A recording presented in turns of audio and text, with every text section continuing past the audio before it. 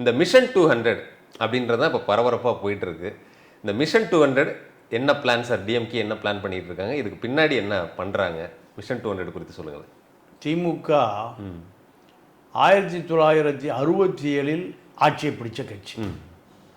இந்த 1967 ஆட்சியை பிடித்து நீங்கள் ஏறக்குறைய அரை நூற்றாண்டுகளுக்கு மேலாக தமிழக அரசியலை கட்டுக்குள் வைத்திருந்த கட்சி.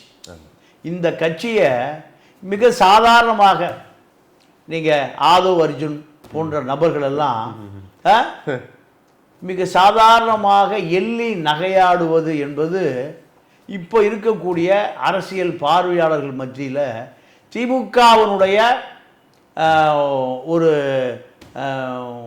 நிலைப்பாடு, திமுகவுடைய உறுதித்தன்மை ஒருவேளை ஆட்டம் கண்டுவிடுமோ அப்படின்னு ஒரு அச்சம் வந்துருச்சு.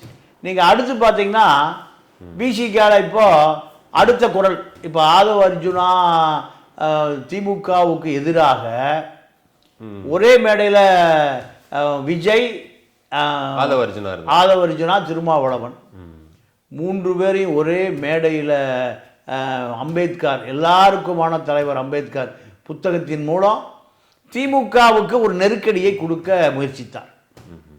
இந்த முயற்சியை திமுக முறியடிப்பதற்குள் போதும் போதும் என்றாகிவிட்டார். அப்போது திமுகவுக்கு ஆதவ் அர்ஜுன், விஜய், திருமாவளவன், திமுக கூட்டணியில் இருந்த திருமாவளவனை நீங்கள் திமுகவை விமர்சிக்கிற விஜயோடு ஒரே மேடையில் ஏற்றுவது என்பது மிக திமுக தொண்டர்கள் மத்தியில் ஒருவேளை நம்ம கூட்டணி பலவீனமாகுதோ, கூட்டணியில் உள்ள சிறுத்தை வெளியேறுதோ, இது தொண்டர் மத்தியில் ஒரு பேச்சாக அவனுக்கு ஒரு சந்தேகமாக இப்படி ஒரு பிம்பத்தை, இது திமுகவுக்கு மிகப்பெரிய குடைச்சல். மேல்மட்டத்தில் இதை தடுத்து நிறுத்துவதற்காக முயற்சி செய்ய வேண்டிய நிலைமைக்கு வந்துருச்சு. அம்பேத்கர் மேடையில் திருமாவளவன் கலந்து கொள்ளாமல் தவிர்த்து விட்டார்.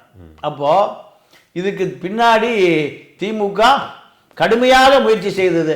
ஆதவ் அர்ஜுனா தந்தி டிவி பேட்டியில் சொல்றார், தலைவன் திருமாவை ஏவா வேலு பல முறை தொடர்பு கொண்டார், முதலமைச்சருடைய ஆலோசனையின் பேரில் பல முறை தொடர்பு கொண்டார். அப்போ திமுக மிரட்டுதா?